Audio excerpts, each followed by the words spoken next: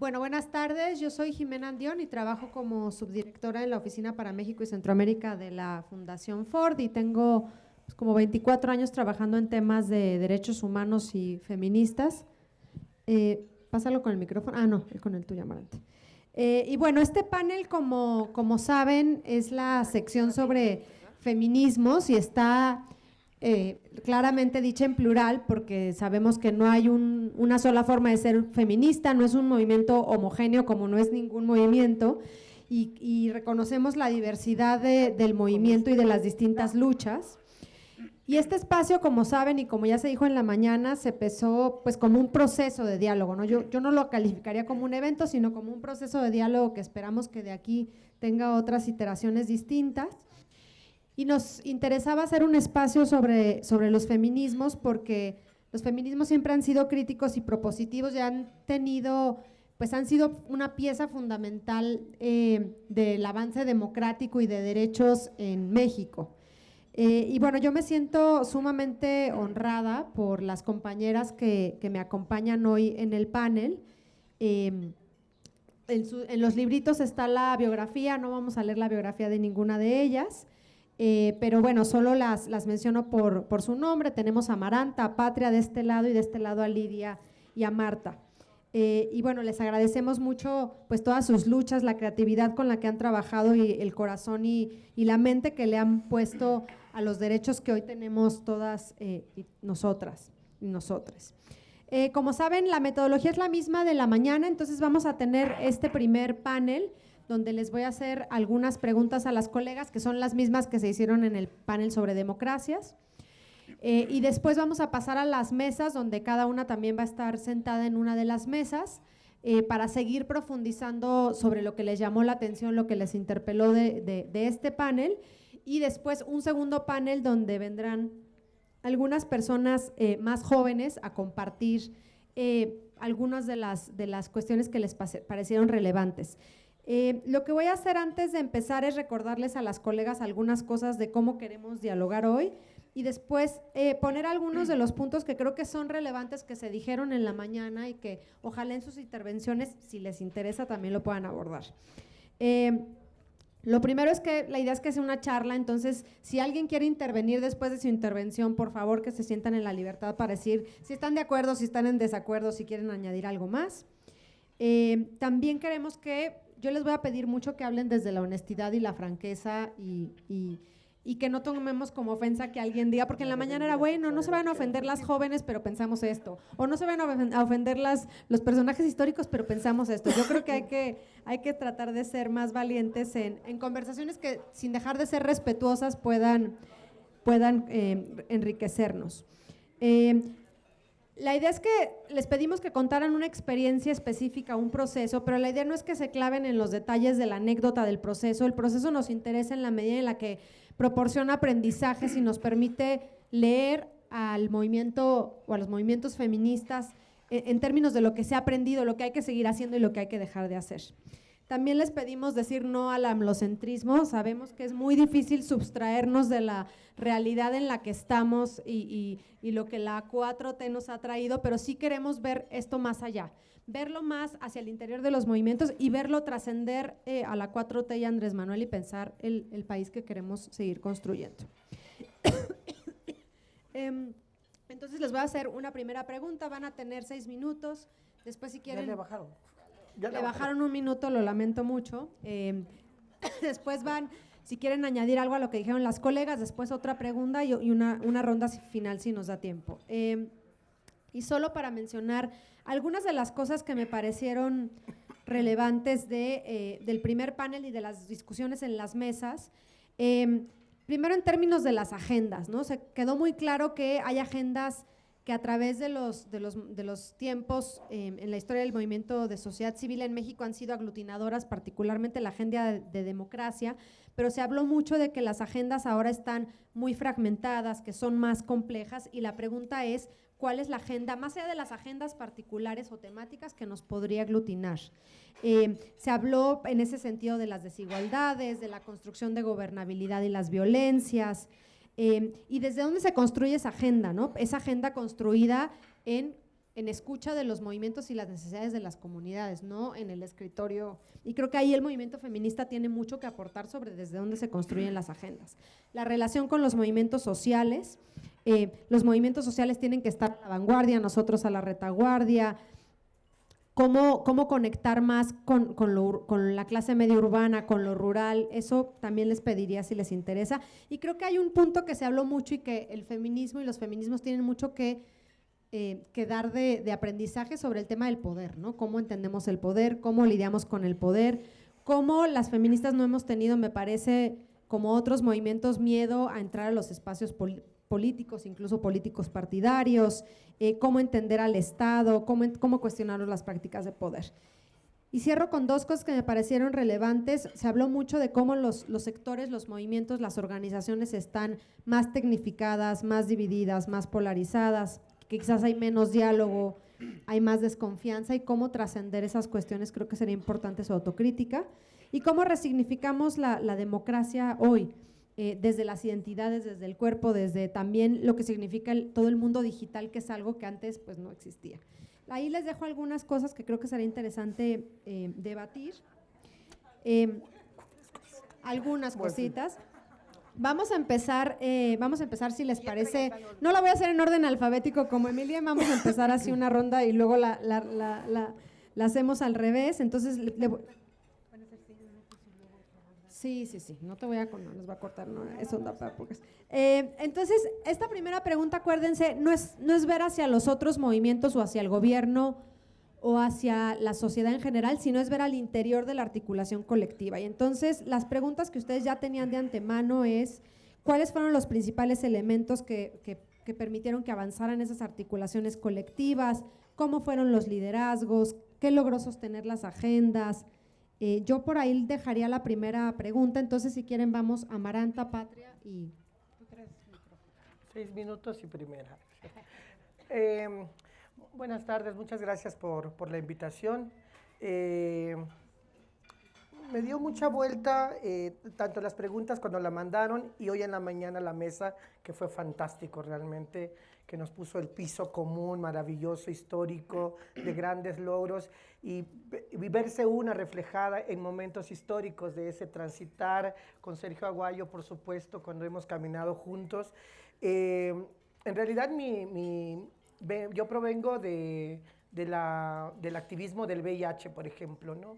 Los activismos surgen por una causa, me parece, y a partir de ahí una se va construyendo, se va formando, y el VIH-Sida, a un tío mío, hermano de mi madre, Mushe, se ve afectado, y en esos años el medicamento, el AZT, era un medicamento muy caro, y mi abuelo terminó vendiendo un rancho para poder sufragar los gastos. En realidad, en Ciudad de México solamente existía ese medicamento, y entonces Oaxaca, muchos estados por supuesto quedaron fuera, y por muchos años. Entonces ahí me di cuenta de cómo es, al principio decía yo que cómo las comunidades indígenas, porque el VIH se estaba ruralizando, cómo el VIH-Sida, cómo las comunidades indígenas estábamos llegando tarde al acceso. Al tiempo me di cuenta que no, en realidad quien estaba llegando tarde era el Estado mexicano hacia las comunidades indígenas. Eso, por supuesto, me llevó a muchos temas, a prepararme sobre temas de sexualidad, género, formación política, y aquí doy un punto en donde las financiadoras también tuvieron que ver en este devenir histórico, ¿no?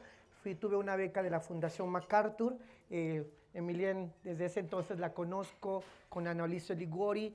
Entonces la franja feminista ya estaba observando liderazgos en todo el país, que hasta ahora lo sigue haciendo a través del Fondo Semillas actualmente, por ejemplo, ¿no?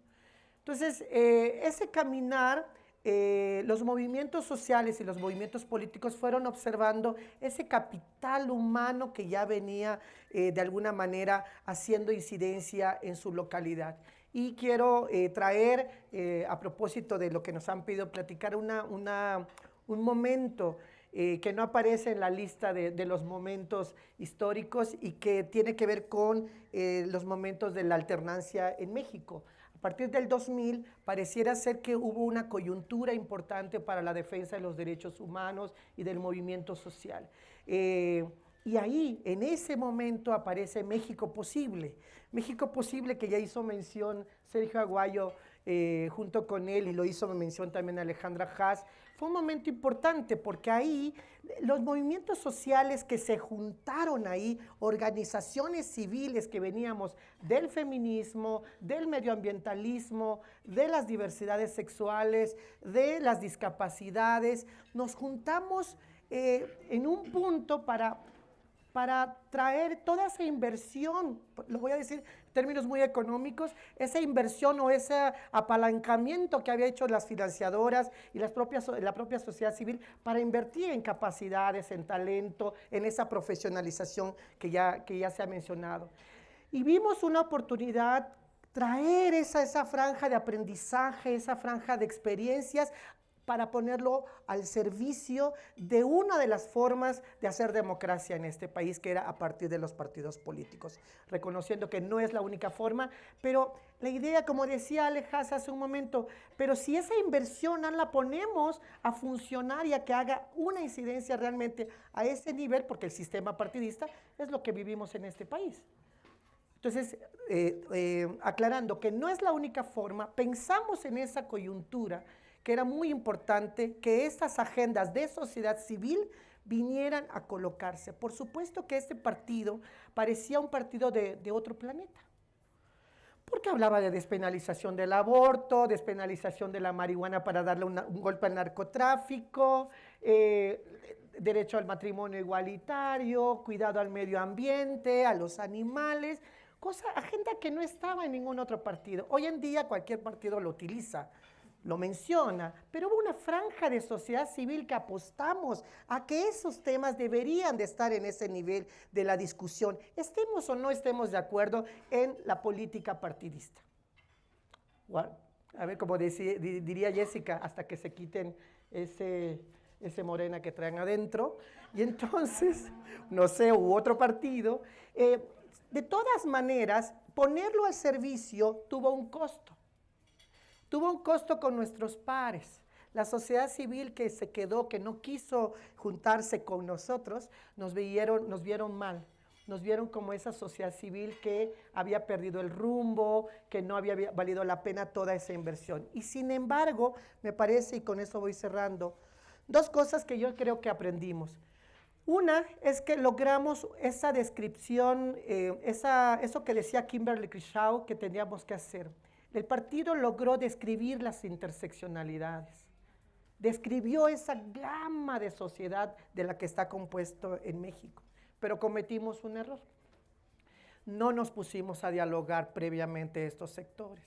Lo que nos faltó fue una interseccionalidad más colaborativa para decidir cómo queríamos llegar a dialogar con un partido político. No que el partido nos hubiera convocado y colocado en la escena nacional. Así que creo que la sociedad civil ha hecho detonación en un momento histórico como en el 2003, porque colocó esas franjas de temas que parecían delicados en una sociedad que sigue siendo machista, patriarcal, binario y asesino por momentos. Gracias. Gracias, Amaranta, por ser tan buena con el tiempo.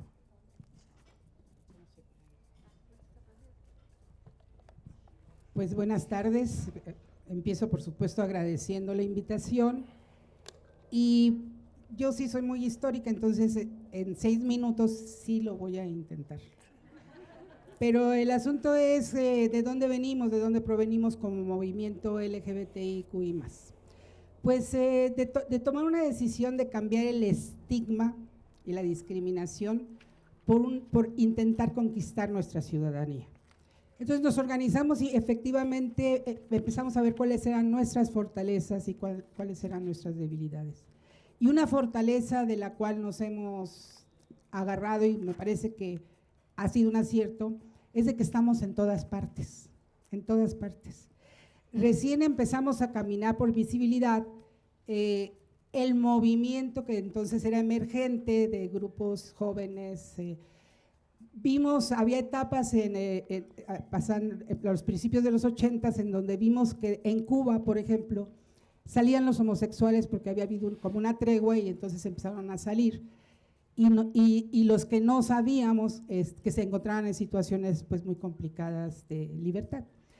Entonces decidimos que nos íbamos a hacer presentes y visibles en todos los movimientos sociales en los que en el momento estaban levantando bandera en causas, y realmente esto sí nos dio una presencia. Por ejemplo, el movimiento urbano popular, que aquí lo mencionaron hace rato, nos abrió las puertas y entramos a sus discusiones, y por supuesto el movimiento feminista, en donde incluso había organizaciones feministas. Ellas ya nos siguen, nosotros sí, nosotras sí, pero no querían nuestra presencia en el movimiento feminista, y no lo querían porque no querían sufrir ese estigma de que las podían confundir a todas con lesbianas.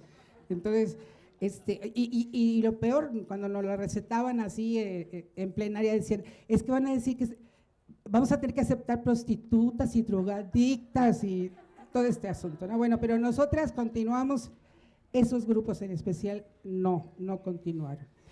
En partidos políticos, efectivamente, el Partido Trotskista fue el primero que ofreció candidaturas al movimiento LGBTI, 8 candidaturas en un principio, fue muy interesante. Sabíamos que no íbamos a ganar las diputaciones, pero ganábamos algo más, que era una plataforma de expresión nacional, en donde en todas partes de la República se enteraron que el movimiento LGBTI tenía candidatas y candidatos a diputados. Y eso también nos puso en otro nivel. Después, el Ejército Zapatista de Liberación Nacional, que también lo comentaron acá en la primera mesa, pues nosotras fuimos convocadas con esa convocatoria que hizo Marcos, que hizo el Ejército Zapatista de Liberación Nacional, de no nos dejen solos.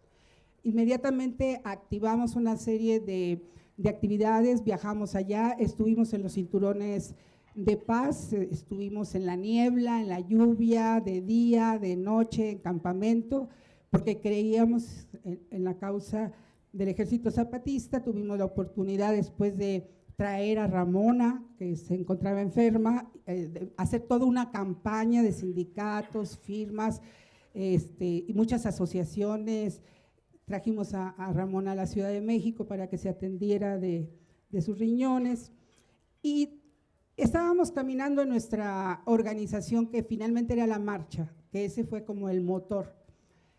Y cuando supimos que íbamos bien y que íbamos a ir por más, fue cuando los estudiantes de todas las universidades preparatorias, secundarias, públicas y privadas, empezaron a llevar el tema de la diversidad sexual a sus campus. No había una escuela pública privada en la que no se estuviera abordando el tema. ¿Qué nos representaba a nosotros? Que esas jóvenes, esas nuevas generaciones, que por cierto cada vez que sale una nos pone el nivel que sigue y el nivel que sigue y el nivel que sigue, esos jóvenes estudiantes se iban a convertir en profesionistas y después iban a ocupar todo tipo de trabajos. Y he de decirles que, viendo en retrospectiva, si algo ha avanzado en nuestra agenda, que ha avanzado mucho, es porque hemos encontrado a esos jóvenes de antes, ahora como funcionarios, como jueces, como ministerios públicos, como psicólogos. O sea, estamos en todas partes, y sí hubo esta suerte de solidaridad desde los espacios en donde se encuentran trabajando lesbianas y homosexuales. Sí, el logro que, ¿por qué los partidos políticos? Y no es lo mismo, y hay que reflexionarlo, cuando uno va a los partidos políticos que cuando los partidos políticos vienen a nosotros. Ese es tema. Pero vamos, a mí se me ofreció un lugar, yo era la 10ª en una lista de 10, pero el Ejército Zapatista, en una de las mesas de San Andrés Larraizar, el subcomandante Marcos me hizo una deferencia. Se paró a firmar un documento que yo había leído. Ahí estaba todo el mundo de todos los partidos, todos los dirigentes. Entonces, cuando yo llego en una lista de 10, aunque era la 10ª, pues me eligen para, no sin antes, hacer la discusión dentro del PRD de si estaban preparados como partido político a llevar una candidatura abiertamente lésbica. Ahí lo voy a dejar. Gracias, Patria. A Lidia y a Marta se las voy a poner más difícil porque además el tema de liderazgos no ha salido mucho acá en estas dos intervenciones. Creo que bien interesante escucharlas porque fue mucho más también de los feminismos y el movimiento LGBT en los partidos, dentro, fuera y la interacción. Entonces, si pueden, entre todo lo que van a decir, también hablar de los liderazgos de forma autocrítica, sería genial. Sí, gracias, Jimena, y muchas gracias por la invitación. Yo voy a referirme a una experiencia mucho más acotada, que es la de la Iniciativa Mesoamericana de Defensoras de Derechos Humanos. Y es un proceso, es una articulación muy diversa que incluye feministas, pero también compañeras defensoras, mujeres y mujeres trans también, de México, Guatemala, Honduras, Nicaragua y El Salvador. Y me quiero referir a ello un poco pensando en el contexto en el que comenzamos, que fue en la primera década de los 2000, cuando, bueno, se lanzó la llamada guerra contra las drogas acá y empezaba a aumentar mucho la violencia. Había sucedido el golpe de Estado en Honduras, que fue el primer golpe de Estado después de que salimos de todos esos procesos de dictadura en la región, y veíamos unos procesos muy fuertes de violencia y criminalización en Guatemala, ¿no?, en ese momento. Entonces, varias feministas nos juntamos y dijimos, bueno, tenemos que hacer algo frente a esta nueva problemática, y es la violencia y agresiones que están enfrentando pues, las compañeras activistas de los diversos movimientos sociales en la región, ¿no? Y entonces, todo el proceso que hemos trabajado en los últimos 14 años construyó la iniciativa, ¿no? Y ahorita articula más de 3,000 defensoras, 300 organizaciones de estos países, y bueno, pues tratamos entonces de hacer procesos de acompañamiento a defensoras en riesgo a través de distintas estrategias. Entonces, no voy a hablar del detalle del trabajo, pero sí de algunos aprendizajes que nos parecen importantes compartir en la lógica de análisis y reflexión que estamos teniendo acá hoy, ¿no? Sobre los elementos que hicieron posible y que nos han permitido avanzar y sostener en el tiempo, uno que nos parece muy importante es la articulación en cada país en redes, de hacer un trabajo aterrizado territorialmente, porque al fin y al cabo la protección para personas en riesgo es más efectiva entre más cercana esté y en donde se entienda mejor el contexto. Y esas redes, como les decía, no son solo de feministas, son muy, muy diversas. Y han sido tejidas para romper el aislamiento en el que nos coloca a las mujeres defensoras, que es un término que no usábamos tanto al principio y que se fue instalando en la agenda como una herramienta más. Este aislamiento en el que lo coloca la fragmentación y toda la división y polarización y ruptura del tejido social que hemos visto en estos últimos 15 años en México y en la región, ¿verdad? No es solo en México.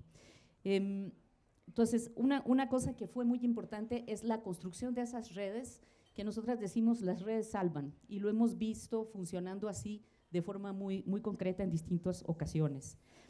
Por otro lado, algo que fue muy importante fue la construcción de pactos y acuerdos muy claros entre nosotras, y construir un andamiaje organizativo que sostiene el trabajo de protección para todas las defensoras, pero además que es un trabajo que se hace entre defensoras también, no es un trabajo donde hay una persona técnica que viene a hacer protección desde afuera, sino que ha sido una apuesta de construirla entre nosotras, ¿no?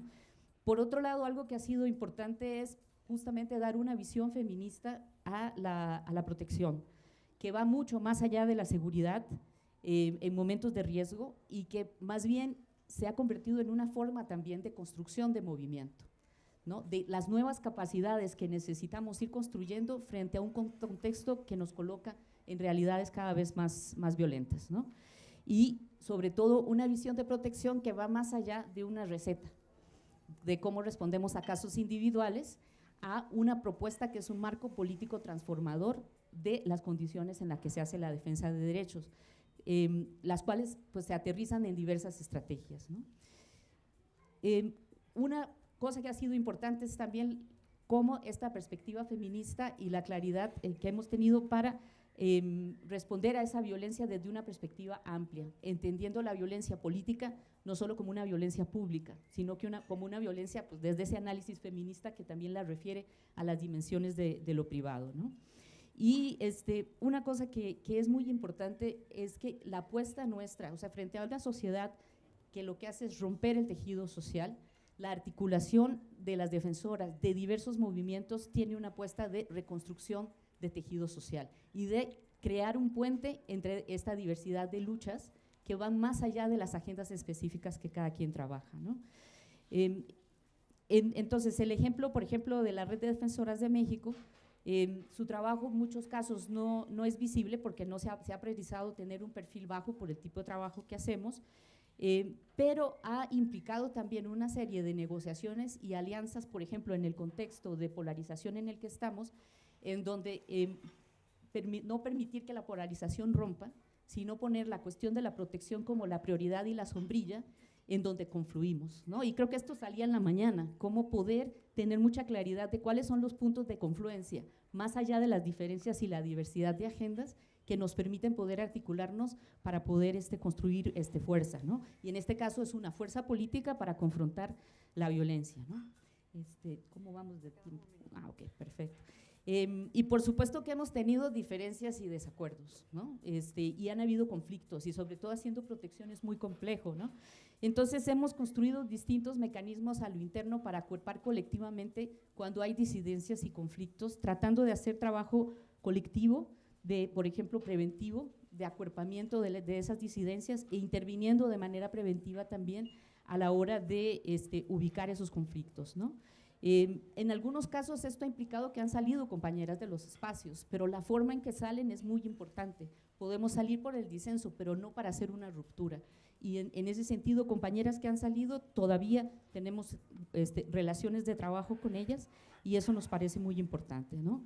Por otro lado, para nosotras cuidar a los movimientos y a quienes los integran y cuidarnos entre movimientos es una herramienta muy poderosa e importante en este contexto para sostener nuestras luchas y enfrentar la violencia. El cuidado en el centro de la acción política para nosotras ha sido, pues, obviamente una apuesta histórica del feminismo y desde la apuesta de la protección que hacemos, que es la protección integral feminista, colocar el cuidado en el centro de las vidas de las activistas y de las organizaciones y movimientos es como una dimensión fundamental que estamos también trayendo desde el feminismo al diálogo con los otros movimientos. Hola, buenas tardes. Me encanta estar entre tantas caras queridas y conocidas. Bueno, yo entré al movimiento feminista a finales de 1971. En 1972 hicimos nuestro primer acto para tratar de invitar a más mujeres a que se unieran y para programar ese acto nos repartimos los temas y yo tuve el tema de sexualidad y de aborto. Y me llevé la sorpresa de que muchas de mis compañeras feministas en ese momento con el tema de aborto tenían una cierta incomodidad. Algunas decían, bueno, yo sí estoy porque cambiemos la ley, pero que mi mamá no sepa que estoy en esto, mi abuelita o mi marido, lo que fuera. Fue muy interesante los primeros, para mí, yo marco los primeros 20 años, de 1971 a 1991. Yo estuve en un grupo que primero se llamó Mujeres en Acción Solidaria, luego se llamó Movimiento y Liberación de la Mujer. Y en esos 20 años la dinámica era absolutamente horizontal y democrática. Nadie podía despuntar, no queríamos tener voceras, lo cual enloquecía un poco cuando hacíamos una manifestación pública y la prensa ya había detectado quién había hablado la vez pasada y venía a entrevistarle y le decía, no, ahora le toca a ella, ¿no? Entonces era todo este tema de nos rotábamos todo y no aceptábamos que hubiera líderes, tenía que ser un rollo colectivo. El tema del aborto fue un tema complicado también plantearlo dentro del movimiento. En 1976, cuando los 6 grupos que existíamos en la Ciudad de México formamos la Coalición de Mujeres Feministas, el grupo de Esperanza Brito de Martí, Movimiento Nacional de Mujeres y el Lucha Feminista van a plantear que llevemos una propuesta de ley a la Cámara de Diputados, que como comprenderán nos recibió un diputado priista, Rodolfo González Guevara, y quedó congelada y nunca se discutió. Pero bueno, ahí íbamos. La batalla fuerte fue con nuestros compañeros de izquierda, no con el PRT, con los trotskos, que agarraron muy rápido la onda y apoyaron, y había un grupo de feministas trotskistas que se llamaba Colectivo de Mujeres, y luego vino GAMU, pero sí con los del Partido Comunista fue todo un rollo.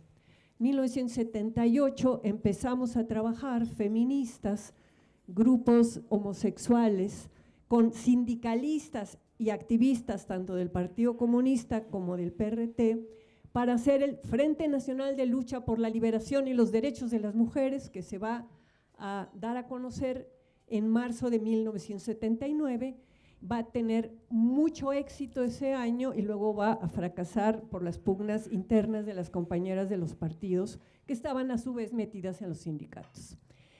En 1990 sale la noticia de que el gobernador de Chiapas, Patrocinio González Blanco, había legalizado el aborto. No era una legalización, era una ampliación de causales, pero bueno, don Samuel Ruiz y sus grupos salieron a decir que el horror de las asesinas feministas había llegado a Chiapas, ¿no?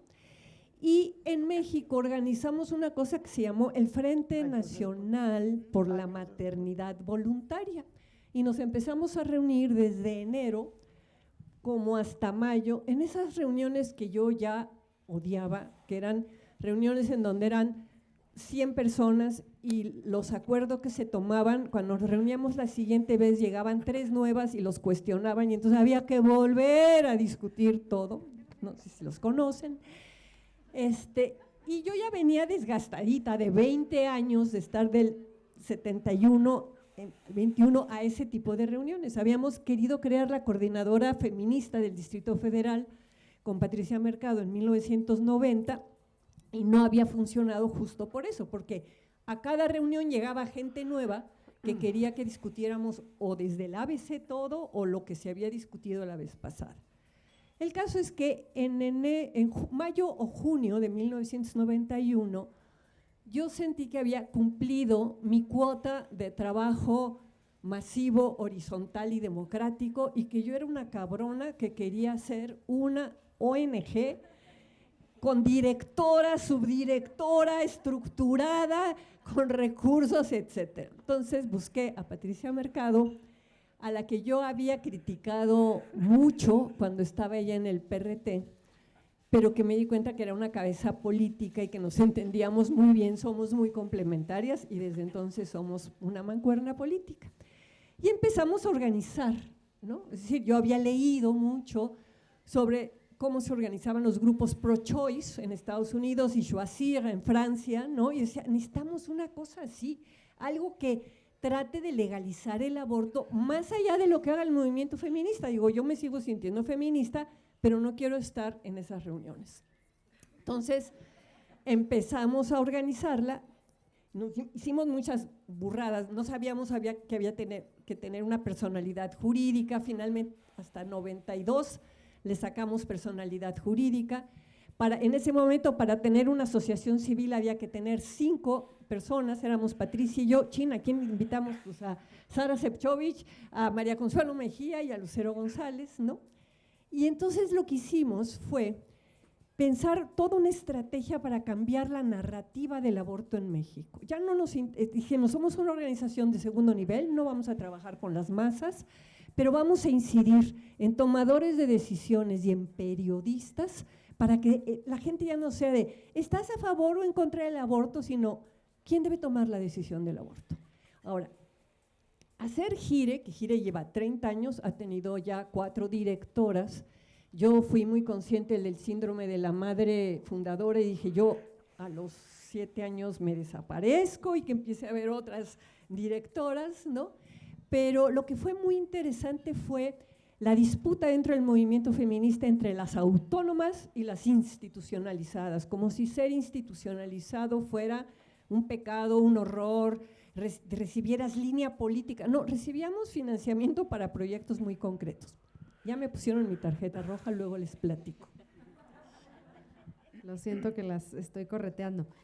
Vamos al segundo bloque y, bueno, ninguno ha hablado mucho de los liderazgos, quiero decirles. Están evitando el tema, siento, y que creo que sería buena la reflexión que puedan hacer. Como saben, el segundo… Eso. Yo creo que es importante eso, la segunda parte, pero ya la abordaron también, entonces ahí también si quieren abordar otras partes de la primera pregunta que les faltaron era sobre la relación con el gobierno, con los gobiernos y también la relación hacia la sociedad, ¿no? Creo que es bien distinto el primer panel cuando hablas de democracia, que es un tema, cuando hablas de feminismos o LGBT, que tiene que ver con la identidad y con quién eres y que se vive desde el cuerpo, entonces creo que hay una diferencia interesante entre ambos paneles y contrastante ahí. Pero sí sería bueno eso, les voy a dar, lo voy a hacer al revés, ahora va a empezar Marta, va a terminar Amaranta, un poco cómo han dialogado con la sociedad, cómo han dialogado con los gobiernos, qué aprendizajes también quieren traer a lo que estamos viviendo hoy. Bueno, pues me toca seguir un poco con la historia, ya que yo era la directora de Gire, ya no tenía yo vergüenza de utilizar mi capital cultural, mi capital político y mi capital económico para ir haciendo las estrategias que quería hacer. Y por un tema generacional me tocaba que muchos de mis amigos estaban en el gobierno. Entonces yo podía hablarle a Javier Cabral en el IMSS y decirle, oye, vamos a organizar que vengan todos los directores de ginecología de todos los hospitales del país y les vamos a dar un taller sobre aborto, pero no las feministas, estratégicamente médico bata blanca tiene que hablar con médico bata blanca, entonces me buscaba yo al director del programa universitario de estudios de investigación en salud de la UNAM para que diera el taller y empezamos a hacer cosas. Y claro, ahí mi liderazgo, en el sentido de que me obliga a hablar Jimena, pero cada vez estoy hablando más de eso, ¿no? Pues tuvo que ver mucho con mi situación de clase, con mi privilegio, ¿no? Con mi formación, con ser hija de extranjeros y ser bicultural y poder ver la cultura de México desde otro lugar también, eso fue muy importante, por hablar inglés y francés, porque iba yo a Estados Unidos y iba a la Ford, iba a MacArthur, iba a convencerlos de que México necesitaba una organización pro-choice, que México necesitaba legalizar el aborto. Y yo podía hacer eso porque tenía, digamos, esos capitales, ¿no? Y bueno, pagué mi peaje por eso, es decir, fui también muy criticada, ¿no? Feminista blanca, privilegiada, burguesa, etcétera. En el año 2000, las financiadoras que nos estaban financiando, varias de las ONGs, nos llamaron a cuenta y nos dijeron, ¿saben qué? Cada quien está haciendo lo que se les pega la gana, armen algo colectivo. Y entonces armamos la Alianza Nacional por el Derecho a Decidir, 5 organizaciones, GIRE, IPAS, Católicas, Population Council y me falta una, Equidad. Bueno, pero aparte de eso, digamos, ahí viene el tema del liderazgo y de las relaciones, ¿no? Es decir, yo tenía muchos amigos médicos importantes que tenían una muy buena posición con respecto al aborto y en México no había un grupo pro-choice de científicos de bioética. Y cuando los junté les dije a Rui Pérez Tamayo, a Arnoldo Kraus, a Rubén Lisker, oigan, organícense y apóyennos con la Suprema Corte para tener nuestro grupo de expertos que no sean las feministas, pues no tenían idea de cómo se hace una ONG. Entonces GIRE los ayudó a hacer su ONG, que es el Colegio de Bioética, ¿no? Y les dimos el empujón. Entonces hubo muchas iniciativas que se hicieron para la causa, o sea, lo que sí queríamos como enfermas mentales, Patricia y yo, era la legalización del aborto. Y realmente la conseguimos en el 2007 y seguimos necias, digamos, yo ahorita trabajo con las círculas feministas del Instituto de Formación Política de Morena, porque me importa mucho que esas chavitas activas, ¿no?, realmente tengan el discurso. Todo esto tiene además un santo patrón, el santo patrón se llamaba Carlos Monsiváis, que era como mi gurú en la vida, y a mí me dio el mejor consejo político que he recibido, que es hay que tener métodos reformistas y objetivos radicales. Objetivos radicales, pero métodos reformistas. Entonces nosotras íbamos invitábamos a los funcionarios, hablábamos con la gente, sacábamos desplegados de famosos, todos los famosos, hasta Octavio Paz firmó nuestro desplegado, o sea, pero el objetivo era radical, era conseguir la legalización del aborto. Nos faltan 20 estados, Patria está muy convencida que lo vamos a conseguir antes, pero bueno, vamos a ver si es cierto. El caso, no me he puesto todavía tarjeta, tengo tiempito, voy bien. Yo creo que una de las cosas interesantes, si ustedes ven a Marta Lamas como un caso y no como la persona que está aquí enfrente, fue la combinación, digamos, del tema intelectual, porque en paralelo yo hago, un año antes de ser gire, hago la revista Debate Feminista, y la revista Debate Feminista, que dirigí durante 25 años, ¿no? Era un ladrillo que salía cada 6 meses, pero que me fue dando a mí una valoración en el mundo intelectual. Yo no estaba metida en la academia, yo a la academia entró apenas 10 años, yo fui fósil, yo me recibí a los 65 años, fui fósil de la Escuela Nacional de Antropología e Historia. Entonces, en esa época era muy importante también el peso que tenía, digamos, el de estar trabajando en los dos campos, en el campo del activismo directo del aborto, pero al mismo tiempo era la directora de Debate Feminista y tenía una serie de redes con respecto al trabajo intelectual de Debate Feminista. Y creo que eso se resume en esta cuestión tan clásica para muchas de nosotras, de teoría y práctica, que no la podemos separar, que la tenemos que tener junta. Y a mí sí me sirvió muchísimo, digamos, tener esa mancuerna de teoría y práctica, y creo que si Gire ha subsistido 30 años y ha tenido 4 directoras y sigue bien, tiene que ver también un poco con eso. Pues yo creo que lo dejaría ahí. Wow. Sigue la historia. Sí, muchas gracias. Sí, yo me quiero referir a los liderazgos, porque justamente en el proceso de construcción de la iniciativa, que ha sido un proceso colectivo, la apuesta ha sido, y yo difiero con, creo que alguien que dijo en la mañana que los liderazgos solo son individuales.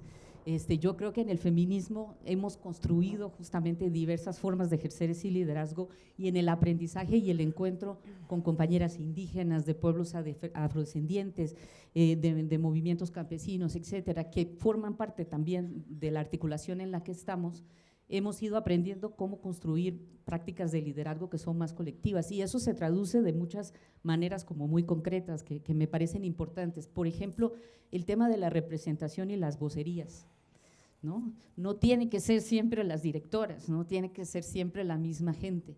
Potenciar la vocería de las compañeras, por ejemplo, defensoras de los distintos movimientos en distintos espacios, ha sido una apuesta muy importante nuestra, para poder, entonces, que nuestra iniciativa no tiene una sola cara, ¿no? Es la cara de muchas compañeras que hablan a nombre de todas o a nombre de sus causas, dependiendo del espacio, y eso ha sido importante, pero también se refleja en el tejido colectivo que hemos construido, ¿no? En un equipo de codirección de 3, por ejemplo, en redes en donde las coordinadoras de las redes en sí mismas juegan roles de liderazgo importantes, y creo que eso no se da si no hay un pacto detrás entre nosotras que potencie justamente y que sea una apuesta en potenciar los liderazgos diversos, ¿no?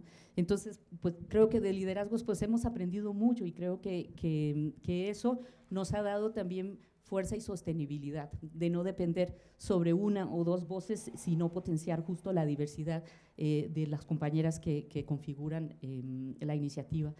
Por otro lado, la relación con el Estado es muy compleja, ¿no? Y lo digo en general, pero cuando estamos haciendo trabajo de protección hay que hacer un equilibrio muy complejo, ¿no?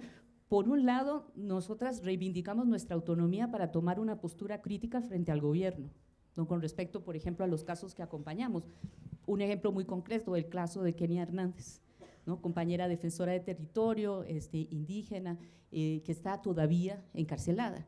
Y hemos sido muy críticas con respecto a la postura no solo del gobierno federal, sino de los otros gobiernos estatales que están implicados en el caso.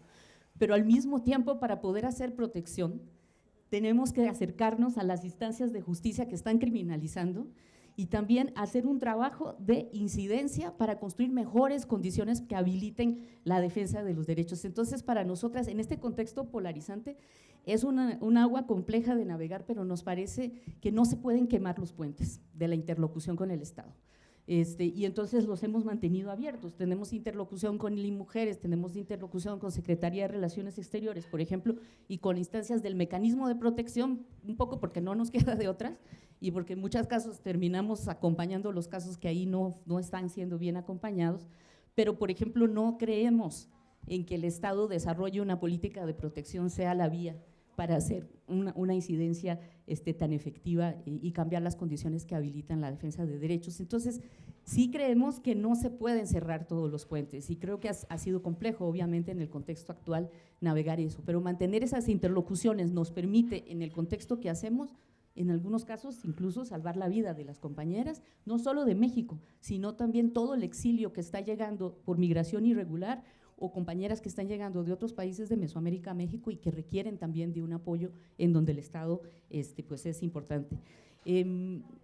Algo que es importante también es que el trabajo de incidencia que se hace desde esta manera, con una agenda de protección, implica que no puede ser muy público. Entonces, nosotras tenemos visibilidad, pero no, porque gran parte del trabajo que se hace en estos momentos para poder sostener las luchas y proteger las vidas de las defensoras y las activistas es un trabajo que se tiene que hacer en muchos casos en clandestinidad, en silencio, de bajo perfil, ¿no? Y entonces también eso es una dimensión compleja de cómo nos relacionamos con las instancias del Estado, pero también con otros actores que están ahí, ¿no? Y yo quería mencionar un punto porque a veces se nos queda fuera y creo que es importante, y es el tema de la relación con los donantes, que estaba en la pregunta anterior, y me queda un momentito para mencionarlo, ¿no? Para nosotras es fundamental que miremos la movilización de recursos como movilización de recursos y no como un ejercicio técnico que hace la persona encargada de hacer fundraising. ¿Por qué? Porque los recursos son muy importantes, dónde van, la calidad que tiene, que no sean restringidos y que sean suficientes. Y nos preocupa mucho que la forma en que nos hemos enfrentado a esta agenda ha sido una en donde cada quien se rasca con sus propias uñas, ¿no? Y lo que hace es generar competencia. Y el problema cuando tú haces protección es que si los recursos son restringidos y como sabemos hay poco, eso genera riesgo, porque no tienes flexibilidad para ponerte frente al contexto.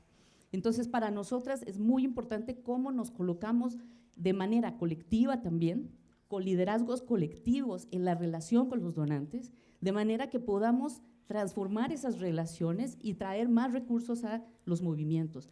Dicen que no hay recursos, yo digo que no, sí hay muchos, están mal ubicados, están mal distribuidos y no hemos hecho un buen trabajo de incidencia colectiva hacia los donantes para que los recursos vengan en cantidades suficientes y en calidad suficiente para apoyar nuestras luchas. Y eso incluye el tema de la protección, en donde en muchos casos los donantes decían como que las feministas y las mujeres pueden hacer protección, ¿no? Organizaciones de mujeres.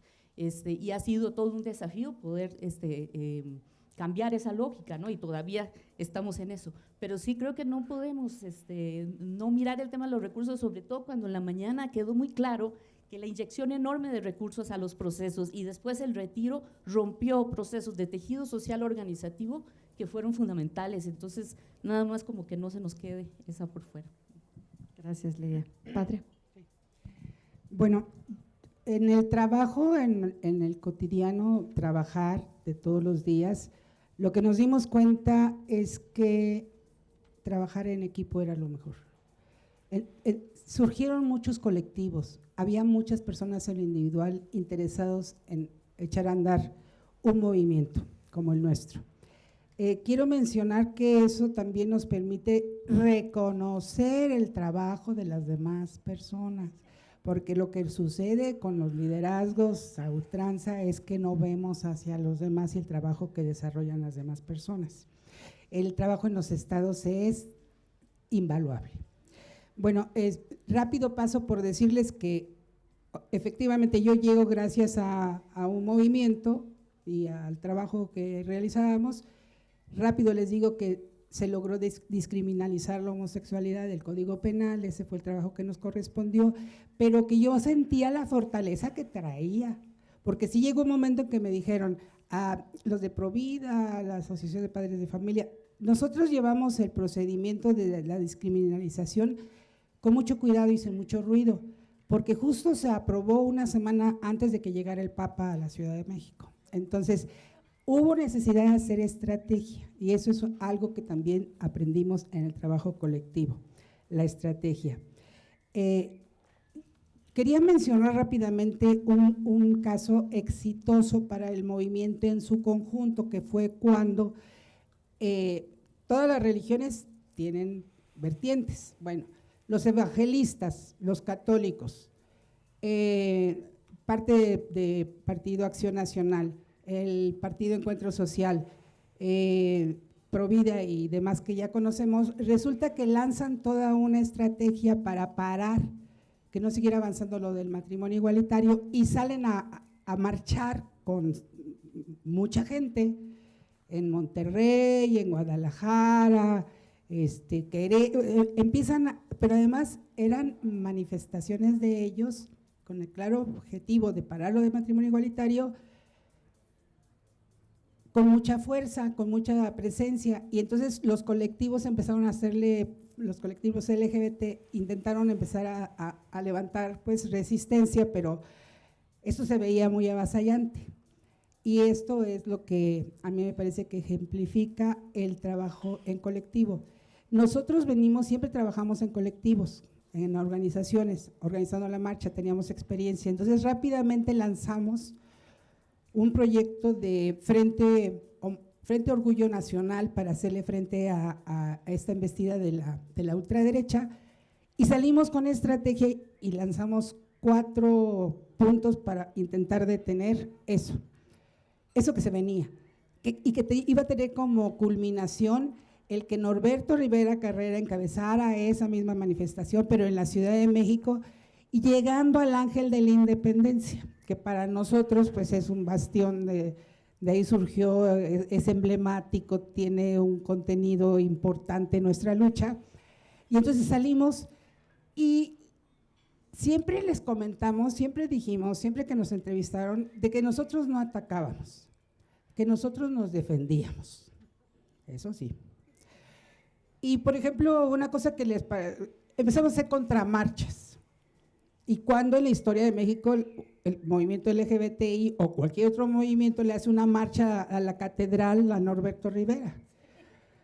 Y una serie de estrategias que pues sí eran fuertes, incluso nos conducimos un poquito fuera de ética, una ética de honor dentro del movimiento, en donde la última carta que teníamos era que si seguían en esta campaña, nosotros íbamos a no solamente denunciar su doble moral, sino que íbamos a atestiguar que quienes estaban atrás de esto eran homosexuales. Desgranar nombres. Pues contra eso no pudieron. Contra eso no pudieron. Bueno, luego lo seguimos platicando. Total que se les acabó sí llegaron al Ángel de la Independencia. Bueno, aquí es lo que es muy importante en relación con los gobiernos. Estaba Mancera y estaba Patricia Mercado como secretaria de gobierno. Entonces, cuando nosotros empezamos a decir que hacíamos contramarchas y contracciones, la derecha empezó a decir, no, pero es que eso puede detonar en agresión y violencia, y nosotros dijimos, pues no, nosotros no vamos a golpear a nadie, pero vamos a hacer la contramarcha. Sí, efectivamente, Patricia tomó una decisión salomónica, pero que finalmente era la que buscábamos. El ángel ni para ellos ni para nosotros. Entonces, ahí estuvimos presentes, ellos no llegaron en los miles que creían que iban a llegar, llegaron como 15,000, 17,000 personas de allá para acá, y de aquí para allá éramos como 1,500 personas en resistencia.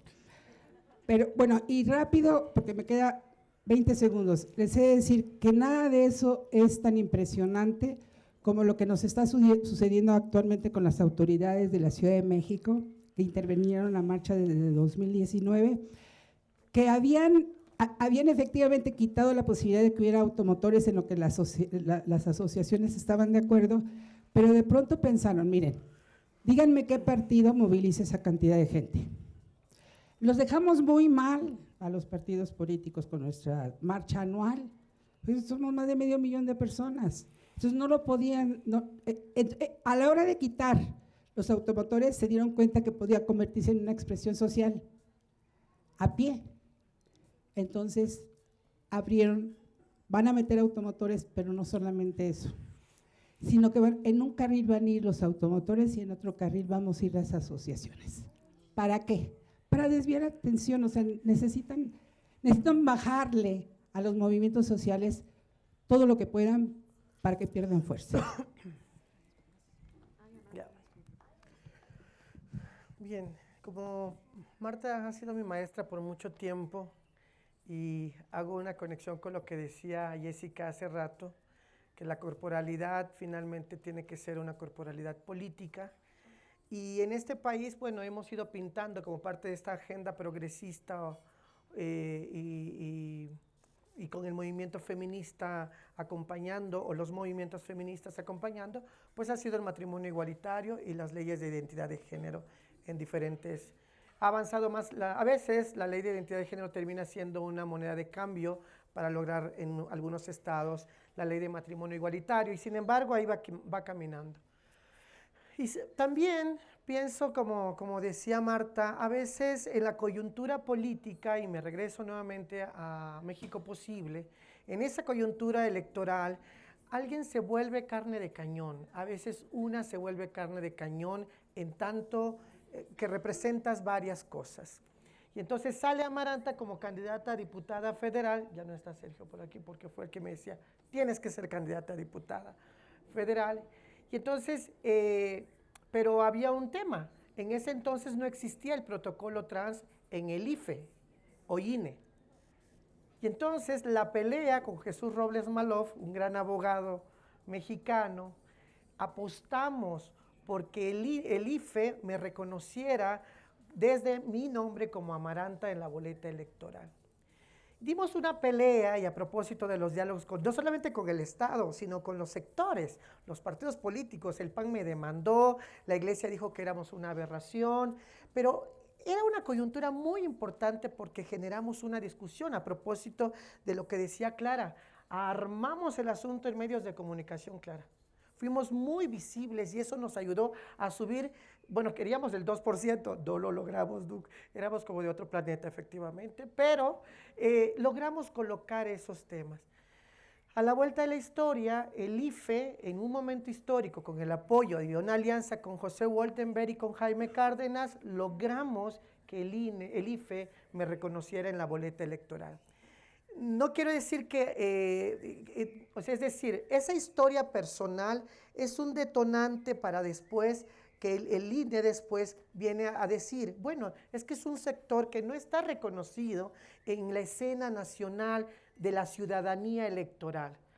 Y ahí viene, años después, la creación de un protocolo para el reconocimiento de las personas trans en este país. Es decir, las personas trans hemos aportado a la democracia, hemos robustecido la democracia por momentos. No importó que no se hubiera ganado el partido, ese para mí no era el objetivo, porque además yo le salía muy barato a México Posible. Yo, justo antes de las elecciones, sufro mi accidente y pierdo un brazo. Tenía 25 años, yo era joven, entonces teníamos voto joven, era mushe, entonces teníamos voto intercultural, ¿no? Era femenina, entonces también por ahí le andábamos y le agregamos la discapacidad. Entonces era un combo en realidad para México Posible.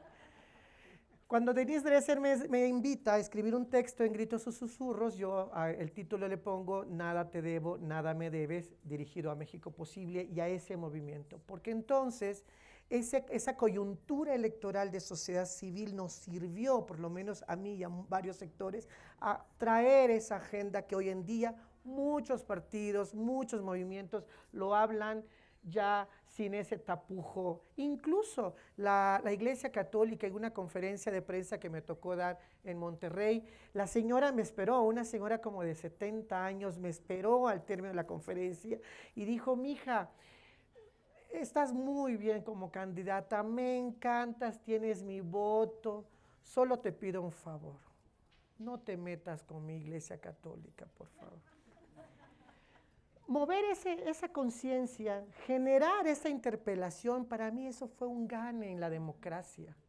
Al contrario, que me molestara, al contrario, era despertar esa conciencia que la señora, que tradicionalmente no veía estas corporalidades en la escena política, porque no éramos más que o el trabajo sexual o el estilismo, pareciera ser que era el único destino posible para desarrollarnos.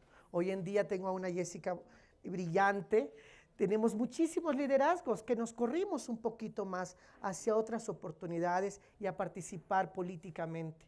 Hoy en día, si alguien me pregunta, ¿quieres regresar a la política partidista? No, porque entendí que justo se puede hacer política desde donde estamos, desde la sociedad civil. Y claro, un día el activismo me cansó, porque era como repetir algunos discursos, y me fui a estudiar antropología, así que también se vale crecer en lo interno. Muchas gracias a las 4, además por respetar el tiempo, aunque aquí Lidia muy bien dijo que era la mesa de las insumisas, pero con todo y todo se han portado muy bien. Tengo una última pregunta, aunque ya estamos fuera de tiempo, pero sí me parece súper relevante. Bueno, para nadie es una sorpresa que el movimiento feminista o los movimientos feministas viven un momento complejo, ¿no? En muchos sentidos. La división por el tema trans, por el trabajo sexual, una separación intergeneracional con las colegas más jóvenes. Y bueno, un poco tomando en cuenta eso, pero también todos los aprendizajes de todos los momentos históricos en los que ustedes han estado, quisiéramos que nos contaran una cosa que hubieran hecho diferente y que quieren compartir aquí a este espacio en el que estamos también tratando de repensarnos hacia el futuro. No sé si alguien quiere empezar aquí, ¿sí?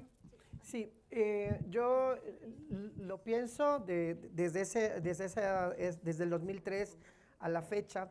Creo que desde mi experiencia me faltó dialogar más con otros sectores, me faltó acercarme más.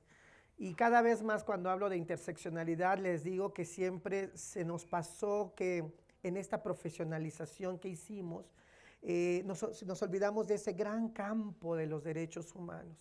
Hicimos nuestras propias parcelas cada quien y entonces pienso en el rancho como metáfora en el país, ¿no? Cuando uno piensa en el rancho, cada rancho tiene sus pequeñas parcelas, pues es un poco nuestro movimiento, pero tenemos todavía posibilidad, pensando en qué hacer, a propósito ya de propuestas, abrir un poquito esa puertecita de la parcela, permitir al otro que venga a conocer qué tipo de pasto estás produciendo, es metafórica lo que estoy diciendo, que conozca mi agenda, qué tendría que ver el sindicalismo con el movimiento de personas con discapacidad o las personas indígenas con, ¿ya ves? Ahí estás tú, me celebra lo que estoy diciendo. Entonces, no, pienso que cada vez más ese diálogo que me faltó más con los sectores, ahora le apuesto más a un diálogo más interseccional, colaborativo, conocer la realidad del otro, traer eso que decía Clara de cuál es la prioridad urgente de ese sector, que podemos coincidir en un punto. No vamos a poder estar agarraditos de la mano todo el tiempo felices y contentos, pero si podemos pactar en una cosa, podemos dar un paso importante. Bueno, yo creo que algo que cambiaría es haber sido más necia, mucho más necia, para pedirle a las organizaciones de la sociedad civil que recibían financiamiento, el que financiaran alguna parte de activismo social a la calle. Porque y la otra cosa es que el movimiento LGBTI, fuera de que sí hubo presupuesto para trabajar VIH y qué bueno, para el activismo LGBTI nunca hubo recursos. Entonces yo debía haber sido más necia, porque muchas otras compañeros estarían ahorita en vías de construcción de un movimiento social más fortalecido si hubiera habido elementos para hacerlo, mucha más capacitación, y hubiera sido más necia, pero no, nos fuimos a la calle a trabajar y luego se nos olvidó los financiamientos, porque había mucho trabajo afuera. Sí, quizás dos cosas, y esto ha sido un aprendizaje pues duro, y pensaba hoy en todo el mundo que le dolía algo en la mañana, o sea, y que colocaba Jessica y que me parece muy importante, y es este tema del cuidado, pero no un cuidado individual de cada quien, ver cómo lo resuelve, o sea, es un replanteamiento de los modelos de activismo sacrificial y de martirio, y que realmente el activismo también se plantee ser gozoso y ejercer vida digna en presente. Y para eso necesitamos un cambio bien fuerte en nuestras organizaciones, en cómo se prioriza el cuidado como una dimensión de política de transformación, no solamente como una cosa que cada quien tiene que resolver por su lado. Y eso me lleva al comentario sobre las chavas jóvenes, porque yo creo que pues, las organizaciones, por ejemplo, que quieran atraer activismo, o sea, nos ven, todo el mundo está enfermo, desvelado, no, con relaciones personales en muchos casos fatales. O sea, entonces, ¿cómo hacemos? ¿Cómo hacemos también para hacer el activismo más sexy, pero más consistente y sostenible? Y el cuidado, o sea, sí creemos que es fundamental que esté en el centro y revisar esas formas de activismo que han prevalecido y que al final también han contribuido a la fragmentación y a la ruptura de relaciones, y a que pues, hayamos muchas compañeras que estamos enfermas y no tenemos recursos para eso en nuestros movimientos.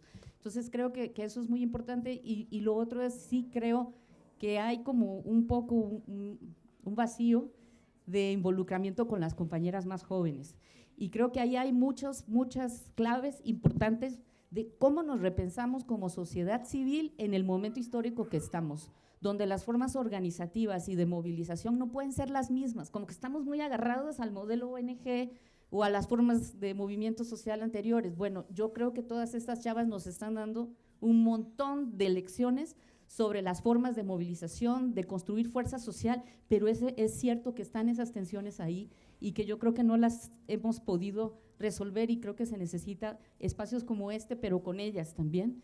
Entre nosotras hacíamos mucho eso antes. Marta nos formó a muchas de nosotras, y eran como distintas generaciones que creábamos estos espacios para debatir sin miedo y entrándole a temas complejos, y yo siento que eso no lo tenemos, y sobre todo tenemos mucho que aprender también de todas estas gentes más jóvenes que están movilizadas y activas, y que llevaron el movimiento feminista a la calle, ¿no? Y que han logrado cosas increíbles y nos han dado la potencia que como movimientos feministas tenemos actualmente, ¿no? Yo iría muy por lo que dice Lidia, o sea, yo creo que uno de mis grandes errores es que yo me decreté que era siglo XIX, aprendí a usar correo electrónico con muchísimo esfuerzo, no tengo Twitter, no tengo Facebook, no tengo televisión, o sea, recibo 6 periódicos todos los días en papel, pero hasta ahí llega Y yo creo que ha sido un error, para mí así, el descubrimiento. Yo entro a la UNAM apenas hace 10 años, ¿no? Hice un giro, salí del mundo de las ONGs hacia la UNAM, y para mí el descubrir a las estudiantes jóvenes me ha abierto la cabeza. Yo creo que yo sigo siendo muy mamona, pero que era más prejuiciosa antes. Soy mamona, pero menos prejuiciosa ahora. Y el trato con las chavas también requiere los instrumentos para el trato, ¿no? Entonces, a mí mis alumnas me dicen, es que tienes que tener Twitter, y yo digo, puta madre, ¿qué es el Twitter?, ¿no? Entonces, bueno, yo creo que yo soy un desastre en ese sentido. Bueno, yo quiero agradecerles esta plática, y ahora pasar a las mesas para seguir conversando, pero no quería cerrar sin solo reconocerlas, a ustedes 4 y a las luchas colectivas, y bueno, quisiera que les diéramos un gran aplauso a las 4, por favor. Gracias por todo lo que han hecho para que tengamos mejores condiciones hoy. Y ahora vamos a pasar a las mesas de aquí a las 5, a las 4:50, para que sigan dialogando, y después volvemos al panel de cierre, por favor. Gracias.